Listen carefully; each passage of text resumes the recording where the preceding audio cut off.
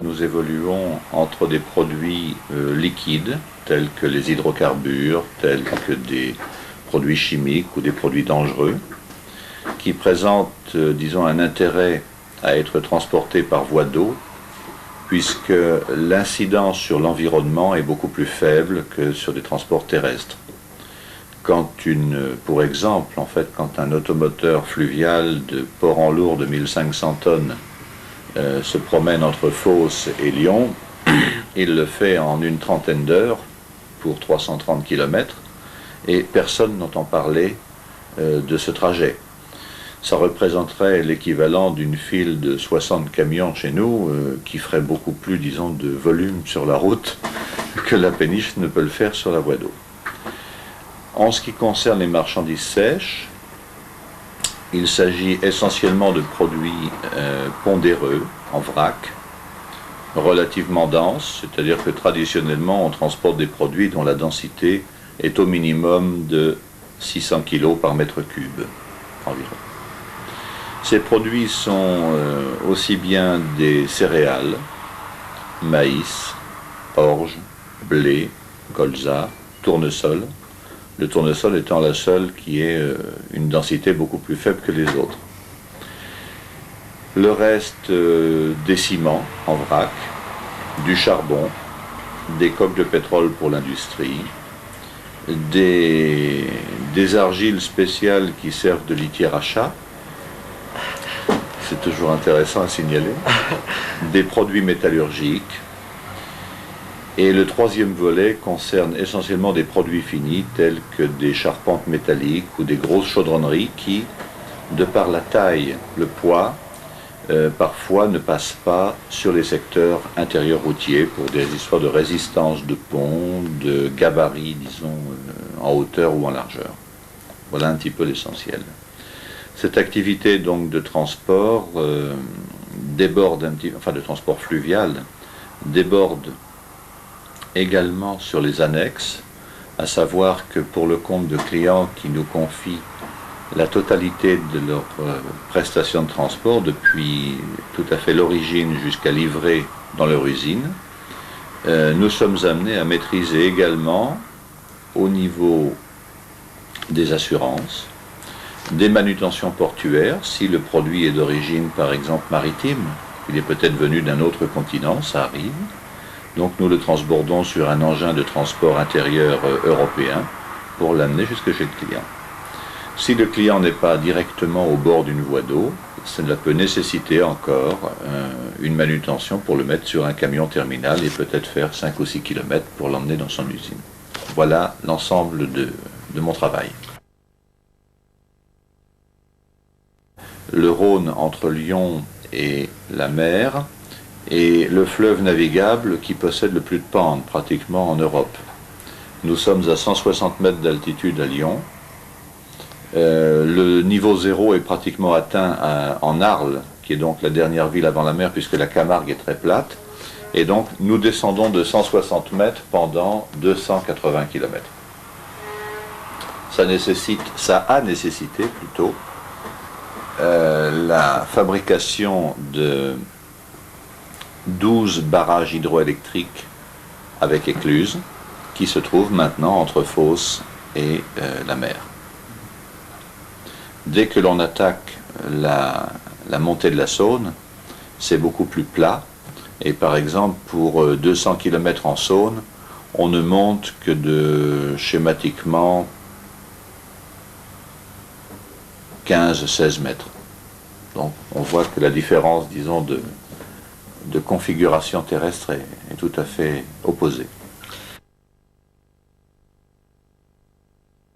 Typiquement dans Lyon, à Lyon, est-ce qu'on voit beaucoup de trafic sur les fleuves? Si on compare avec ce qui se passe chez nos voisins d'Europe du Nord, beaucoup moins, proportionnellement même, dans la mesure où l'esprit français, comme je vous l'ai dit, au niveau des canaux fraissinet qui n'avaient pas été entretenus par les pouvoirs publics pendant un certain nombre d'années, l'esprit français donc est resté premièrement pas très industriel au niveau, disons, des activités, mais pas très attaché au transport par voie d'eau. Je dirais que chacun peut rejeter la faute sur l'autre.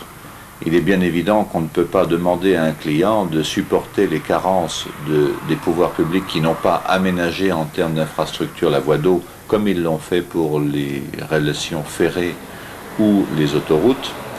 Et actuellement, c'est un peu le grand débat qui porte notamment sur la création du canal Rhin-Rhône, qui permettrait de rejoindre, disons, toute la mer du Nord à toute la Méditerranée, et pour lequel ne subsiste qu'un verrou de 200 km, sur laquelle la France a toujours tatillonné, en faisant des études et d'autres études pour contrôler les études, n'est-ce pas? Ça fait 25 ans que ça dure. 4 présidents de la République ont promis que c'était sous leur septennat que l'opération se ferait, et ma foi, on espère que ça finira quand même par se faire. Mais cela dit, les discussions ou les affirmations et les études les plus sérieuses se déroulent en ce moment, et on n'a jamais été aussi près, disons, du début de la réalisation, qui d'ailleurs commence pour quelques kilomètres. Des crédits ont déjà été votés. Donc je pense qu'en finale, on finira par voir, tout au moins je l'espère, je n'aurai pas trop de cheveux blancs encore à l'époque, mais on finira par voir ce travail. C'est quelque chose d'assez important, ce ne sont que 200 km, mais toute la vallée du Doubs, puisque ça reliera Mulhouse à Dole en passant par Belfort, Besançon, toute cette vallée du Doubs, ce n'est que de la roche. Il n'y a pas de sable, pas de gravier, de la roche. Et au niveau de l'infrastructure, c'est un travail très important. Donc schématiquement, si tout le monde veut le faire, si tout l'argent est disponible et qu'on se met au travail maintenant, il y a quand même, on peut dire, 10 à 11 ans de travail pour réaliser l'ensemble. Notamment à Lyon, puisqu'en fin de compte, nous avons une petite association professionnelle qui s'appelle Promo Fluvia, comme son nom l'indique, pour promouvoir le fluvial, quels que soient d'ailleurs les modes, et dans laquelle sont rassemblés aussi bien des gens comme Naviginter qui ont une activité strictement touristique et de transport de passagers, que des gens comme moi, que des gens comme des armements rhodaniens, que des directeurs de ports fluviaux qui font les manutentions, tout ce qui est un petit peu autour. Les relations sont excellentes.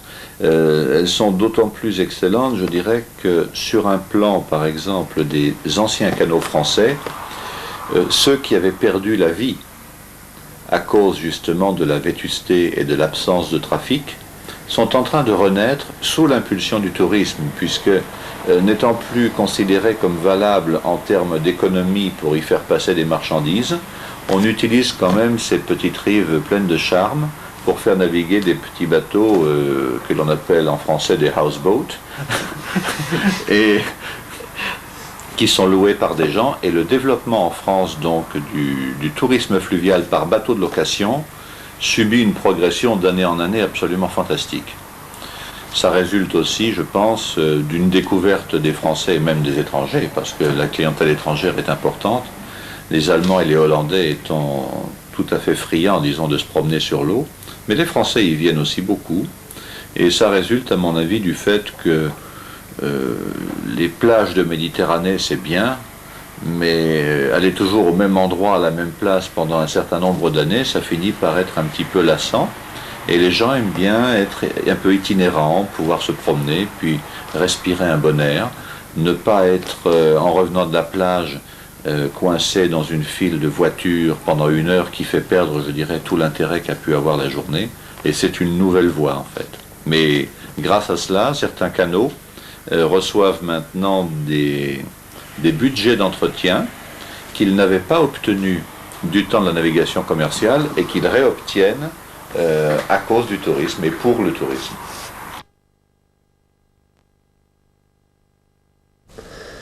Même si la batellerie, par exemple, a représenté une économie pour la ville, le fait de ne pas domestiquer ces fleuves a provoqué des sentiments d'insécurité pendant des siècles. Vous avez parlé de batellerie? De batellerie, oui. Il s'agit de quoi, là?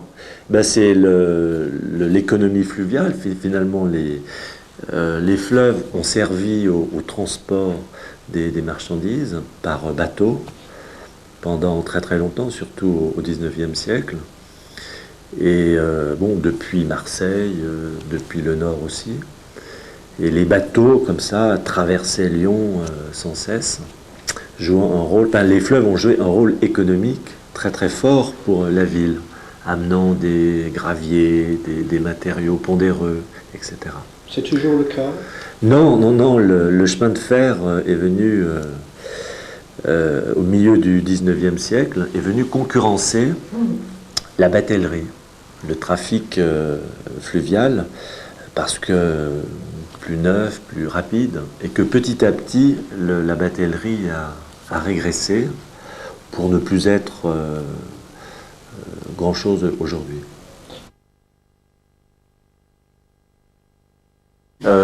D'abord, le Rhône et la Saône présentent traversent des territoires très très différents.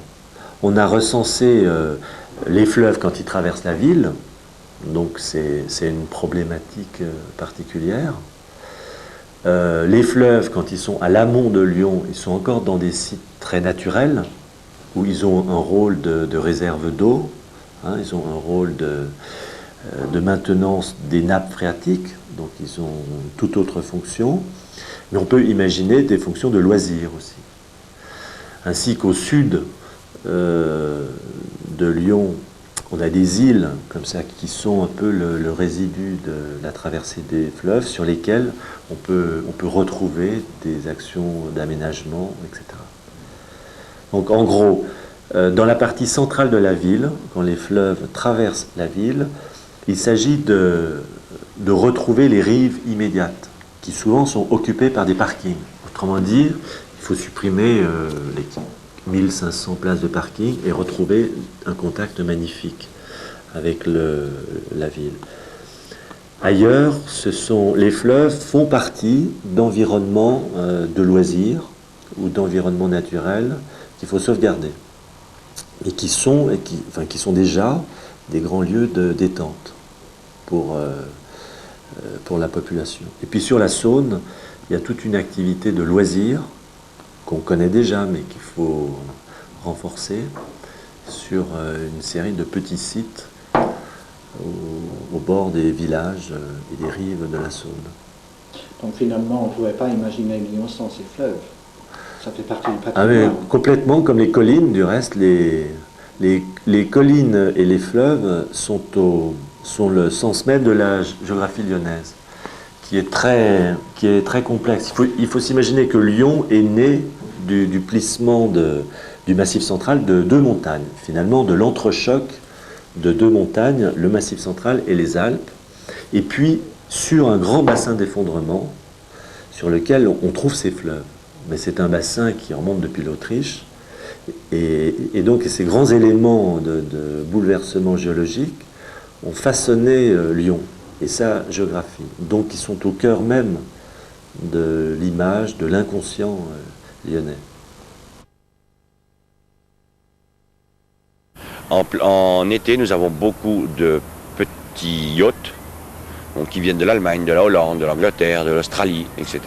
Donc, qui viennent et qui s'arrêtent assez fréquemment chez nous, car nous avons, une petite infrastructure avec quelques WC, quelques douches, un robinet pour donner un peu d'eau, hein, sans dire nous rendons service, je pense, à cette petite navigation et à ces plaisanciers. Hein, sans dire que nous sommes un port de plaisance, pas du tout, car nous sommes des industriels de la navigation touristique. Nous sommes d'ailleurs les seuls à Lyon, c'est-à-dire on a un monopole, alors qu'il existait quand même 9 compagnies de navigation fluviale en 1984. À l'heure actuelle, j'allais dire, on commence à naître. On a, depuis 1984 jusqu'à ce jour, jusqu'en 90, on était quand même à des balbutiements, car nous n'avions pas d'infrastructure, nous n'avions pas ce bâtiment, nous n'avions pas ce type de navire, nous faisions que du petit bateau-mouche. Maintenant, on répond à une attente de la clientèle, et j'allais dire, on est en plein essor, on démarre. Qui plus est, avec l'ouverture de l'Europe en 92, ça va être pour nous quelque chose de sensationnel et de faramineux. Parce qu'à ce moment-là, vous pourrez aller plus loin, vous croyez? Plus loin ne nous intéresse pas. Plus loin, on pourra mettre d'autres bateaux. Mais disons, notre but premier, c'est de faire découvrir Lyon. C'est notre but primordial, c'est de faire découvrir Lyon. À travers l'eau, de faire aimer l'eau. Et de revenir, comme dans les années 1800, de refaire des promenades sur l'eau. Surtout, venez découvrir l'eau. Et qu'on le fasse de nombreuses façons.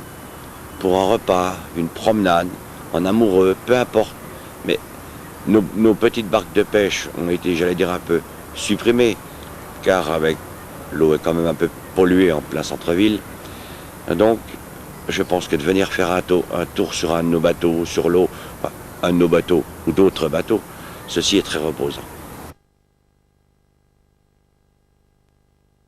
Alors si je vous comprends bien, c'est surtout le problème de la liaison avec le Rhin qui intéresse votre compagnie en ce moment. Voilà, alors si vous voulez, je vous disais que la compagnie a été créée. Disons qu'il y a des lois de 1927 et 1933 voilà, qui ont décidé d'abord de l'aménagement du Rhône, puis créé la CNR. Hein. Mais il y a également une deuxième loi en 1980 qui a décidé que la CNR aménagerait puis exploiterait la liaison entre le Rhône et le Rhin par la Saône, puis par un nouveau canal à construire de la Saône au Rhin. Malheureusement, cette décision s'est heurtée à de nombreux problèmes financiers, politiques, une certaine opposition également, notamment de milieux écologistes. Mais les choses ont beaucoup changé ces dernières années. Et tout récemment, M. Balladur, qui était Premier ministre à la fin de 1994, a décidé une bonne fois que ce canal se ferait. Et nous en sommes actuellement à la mise en place de ce qu'il a demandé, à savoir une filiale commune entre Électricité de France et la Compagnie nationale du Rhône, cette filiale devant réaliser, en utilisant les compétences de la CNR, ce canal Rhin-Rhône. Et il n'y a pas de risque de disparition du projet avec le nouveau gouvernement? Actuellement, je ne le pense pas, puisque tout le monde s'est engagé. Donc, le Premier ministre précédent, le nouveau Premier ministre, qui a beaucoup de sujets à traiter, bien entendu, actuellement, c'est quand même aussi prononcé pour ce projet. Donc, il suit l'affaire. Nous avons également des interventions de M. Raymond Barre, qui était autrefois Premier ministre et qui a fait passer la loi de 1980 et qui maintenant veille à son application. Est-ce que ce projet est important pour les Lyonnais en premier lieu ou pour les Français tout court? Disons qu'il est important surtout pour la question de l'aménagement de la moitié de notre territoire, la moitié est, puisque c'est des choses qui sont importantes, notamment pour le port de Marseille ou le port de Sète, disons les ports de la Méditerranée. Ensuite, tous les milieux industriels de la vallée du Rhône. C'est vrai qu'en Bretagne, on doit moins s'en soucier, mais je pense que c'est une question importante pour, donc encore une fois, la moitié de la France. Et en cas de grand cru, en cas d'inondation, c'est votre compagnie qui doit intervenir? La compagnie, premièrement, ne doit pas aggraver les crues. Elle fait tout son possible pour les réduire. Mais vous comprenez bien qu'on ne peut pas supprimer les inondations, parce qu'il faudrait mettre un grand mur de chaque côté du Rhône. Et deuxièmement, quand vous réduisez une inondation en amont, vous aggravez l'inondation en aval. Il faut maintenir ce qu'on appelle donc des champs d'inondation. Donc nous gérons au mieux cette question-là. C'est posé, par contre, donc tous les ouvrages de la CNR ont parfaitement tenu, résisté et joué leur rôle. Par contre, il y a eu le problème de la Camargue. Vous savez où c'est la Camargue, dans le midi de la France? C'est le delta du Rhône, notamment sur l'ouest. La Camargue ne fait pas partie du territoire actuellement géré par la Compagnie nationale du Rhône. Nos actionnaires, il y a un peu plus d'un an, l'ont demandé, mais pour l'instant, nous ne nous en occupons pas encore. Et les gros dégâts qu'il y a eu en Camargue tiennent au fait que les digues qui ont cédé, qui ont cassé, étaient en général des digues anciennes, mal entretenues, à caractère privé. Alors c'est vrai que dans le passé, vous savez, après la guerre, il y avait des coupures d'électricité en France, en 1945-46, et donc il y avait un impératif crucial qui était de produire de l'électricité. Et l'aménagement de Génissia, le premier barrage réalisé par la CNR près de Genève, a mis fin à ces coupures d'électricité. Donc je vous dis ça pour vous expliquer que l'impératif de création d'électricité, de production d'électricité était vraiment prioritaire à l'époque, ce qui fait que, mais c'est également valable pour tous les aménagements industriels de cette époque, la question de l'environnement, de la préservation de la nature, des choses comme ça, intervenait assez peu. Il en a été de même sur le Rhin, par exemple. Ce n'est pas la CNR qui a construit les barrages et les centrales sur le Rhin, mais c'est vrai que c'est pas très joli à voir, le Grand Canal d'Alsace. D'autre part, il y a eu donc le mouvement écologiste qui est né dans les années 1970 et qui a été souvent conflictuel avec la CNR ou d'autres aménageurs. Mais nous tenons à souligner que nos rapports ont beaucoup changé, beaucoup changé. Et en Allemagne également, les rapports des Verts, des écologistes, qui étaient souvent très difficiles avec les pouvoirs publics, se sont aussi bien améliorés, en particulier sur les questions d'aménagement fluviaux. Donc à la CNR, nous allons dans le sens de l'histoire et nous tenons beaucoup au respect maximum de toutes ces questions d'environnement, de protection de la faune, de la flore, que la modification des paysages soit la plus harmonieuse possible. Nous investissons de l'argent, nous avons des gens chez nous dans plusieurs services qui travaillent sur les poissons, sur les plantes aquatiques, etc. Et c'est un sujet qui est devenu très important pour nous.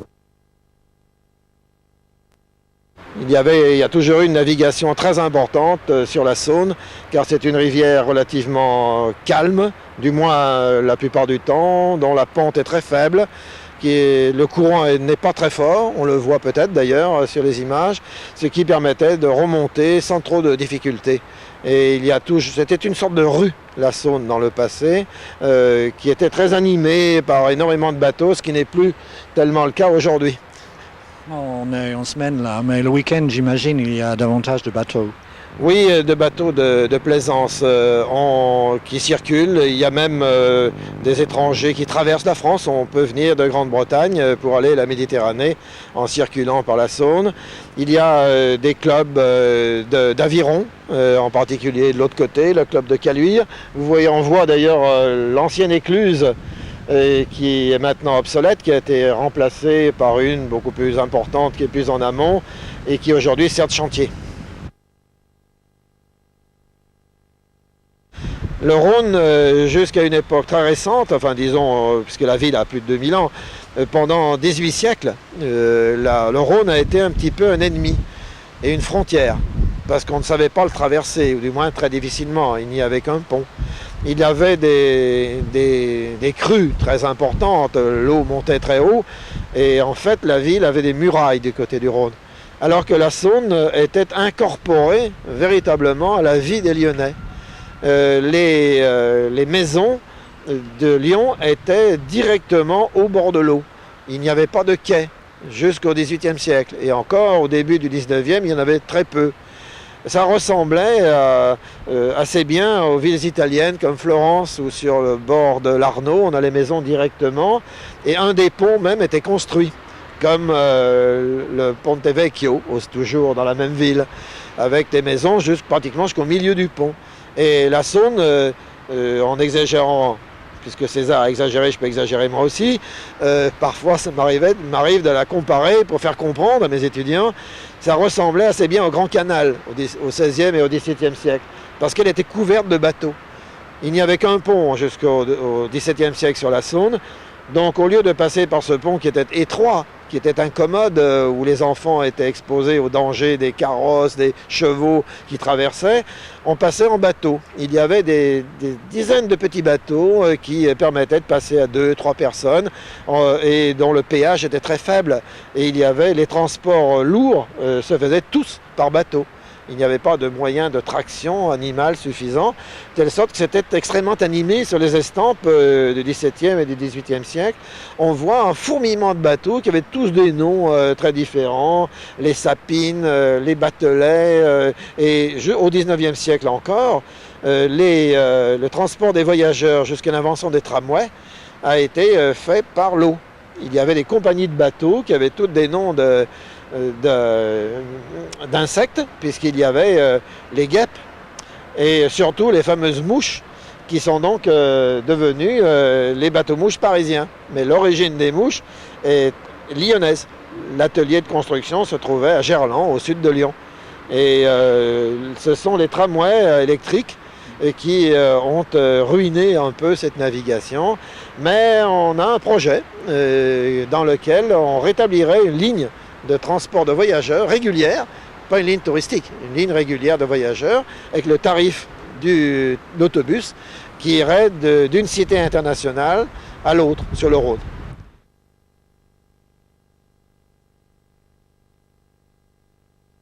La ville est indissolublement liée aux deux cours d'eau depuis son origine. Et c'est à la fois un lien sur le plan économique, puisque ce sont des voies de communication, mais c'est aussi un lien sur le plan affectif et très largement aussi sur le plan paysager. De telle sorte que l'on commence à faire très attention à l'aménagement, par exemple, non seulement des bords de l'eau, mais aussi des collines qui dominent ces bords. Et parce que ces collines sont restées pour l'essentiel verdoyantes. Bien sûr, il y a des exceptions, comme la Croix-Rousse qui a été entièrement urbanisée, mais dès qu'on sort un peu de la ville, nous avons un paysage dont nous avons un petit peu oublié l'originalité, mais qui est un paysage de vallées profondes, de gorges. La Saône est dans une sorte de gorge en pleine ville, qui est la gorge du défilé de Pierre Cise. Et les bords en pente forte sont restés verdoyants, ce qui donne une sorte d'écrin. Vous avez le bijou au milieu, le cours d'eau, et puis l'écrin tout autour. Alors on a décidé de ne plus du tout urbaniser, d'empêcher toute construction sur les bordures pour les conserver de manière verdoyante. On fait même maintenant très attention à ce que l'on peut construire en haut, c'est-à-dire sur le bord, pour éviter que vu d'en bas, on ait en face de soi des bords de maison, des pignons, comme nous disons, aveugles, et qui sont des façades très laides. Et ça signifie qu'on prend vraiment en compte la vallée tout autant que le cours d'eau. Mais il est certain que maintenant, les Lyonnais ont envie de marcher, d'aller en vélo, de se promener en bordure de l'eau. Ils sont demandeurs d'abord d'enlever ce qui est gênant. Il y a encore, par exemple, des installations économiques qui sont en bordure de l'eau, des tas de sable, des grues, et ils aimeraient bien pouvoir passer. Et ils sont demandeurs aussi d'équipements qui leur permettent de faire des grands cheminements. Et actuellement, c'est surtout sur le bord du Rhône que c'est le plus facile, parce que c'est plus plat et il y a plus de place. Il y a un cheminement complet qui est maintenant réalisé, qui va de Gerland, au sud de la ville, jusqu'au parc de Miribel-Jonage, qui représente tout de même plus de 12 km en continu de voies piétonnes et cyclistes. Bien entendu, le projet de cette ligne, pour le moment, est encore en devenir, pour des raisons à la fois techniques et financières, parce qu'il faut construire des bateaux spécialement. Car le Rhône n'est pas un fleuve sur lequel on puisse hasarder des navires quelconques en raison de sa puissance, et les exigences techniques des autorités de tutelle en sont très importantes, et bien sûr c'est un investissement très fort. Mais il apparaît que ça pourrait être extrêmement agréable, plus rapide d'ailleurs aussi. La vitesse des bateaux serait aux environs de 14 km à l'heure, 12 à 14 km à l'heure. Et comme me faisait remarquer un de mes amis qui est aménageur à Toronto, il faut aussi penser à l'agrément du voyage. Il est mieux quand même de circuler sur un vaporetto, pour employer l'expression vénitienne, que d'être dans un autobus ballotté avec tous les coups de frein, accroché au poignet. Et il me disait, ça n'a pas de prix quand on regarde les choses plus en face. Il est vrai qu'il y a eu une absence de 30 années, 30 longues années en fait, durant lesquelles les urbanismes d'alors avaient d'autres préoccupations que la valorisation et le patrimoine fluvial lyonnais. Et c'est vrai qu'après une prise de conscience politique dans les années 80, nous avons donné naissance à notre compagnie. Et depuis 10 ans, par notre travail, nos produits, nos prestations, nous contribuons à revaloriser les fleuves. mais aussi cela se fait parce que à côté de nous, à nos côtés, il y a maintenant une réelle volonté politique d'infrastructure. Car une activité fluviale sans infrastructure ne peut en aucune manière exister. Alors peut-être vous parler un petit peu de l'activité fluviale que Lyon a connue avant ses 30 années d'absence, puisque Lyon est quand même une ville qui s'est construite autour de ces deux fleuves. Et si l'on dit que jusqu'au XIIIe siècle, la seule avenue de Lyon était la Saône, ce n'est pas par hasard, c'est bien que toutes les marchandises qui arrivaient du nord et qui transitaient vers le sud étaient transportées par voie fluviale. Ensuite, il y a eu la modernisation, la vapeur, l'ère industrielle. Et en fait, tout ça a fait que, mon Dieu, l'activité fluviale n'a pu, disons, s'adapter aux communications modernes, aux moyens modernes qui est demandé aujourd'hui. Alors aujourd'hui, il est clair que en matière de transport, là aussi, il y a une prise de conscience et que de nombreux techniciens travaillent et réfléchissent pour essayer de mettre en place une activité fluviale en termes de transport plus dense que ce qu'elle est au jour d'aujourd'hui. Mais néanmoins, si vous voulez, elle n'est pas encore comme sur le Rhin. Hein, voilà. Le Rhône, pardon, est ralenti et quelque peu régulé par des barrages en amont, tandis que la Saône, les choses n'ont pas pu se faire. En fait, elle est simplement régulée par des écluses qui empêchent que l'été, si vous voulez, elle devienne un ruisseau. Mais on n'a pas de réservoir naturel en amont sur la Saône, puisqu'on n'a pas de plaine creuse, si vous voulez, ou de profils qui nous permettent de mettre en place un stockage d'eau. Donc quand malheureusement il y a des précipitations un peu fortes dans la région du Doubs, eh bien tout de suite elle a des zones inondables, on a des parties de champs qui sont inondées, mais on n'a pas vraiment de zone de stockage. On a vécu pendant un certain nombre d'années sous le règne des ingénieurs, et notamment les ingénieurs des ponts et chaussées, et donc avec une obsession qui était de traiter la voiture dans les meilleures conditions possibles. Et pour recevoir la voiture dans les meilleures conditions possibles, quoi de plus favorable que d'utiliser les berges d'un fleuve pour y faire une autoroute. Alors ça, c'est vraiment une manie que l'on a eue pendant un certain temps, et la volonté actuelle, mais qui va supposer des efforts importants encore, hein, c'est de faire en sorte que les habitants de la ville ne soient plus couplés du fleuve par des voies à grande vitesse. Mais c'est de faire en sorte qu'au contraire, on retrouve la qualité de la vie en bord de fleuve.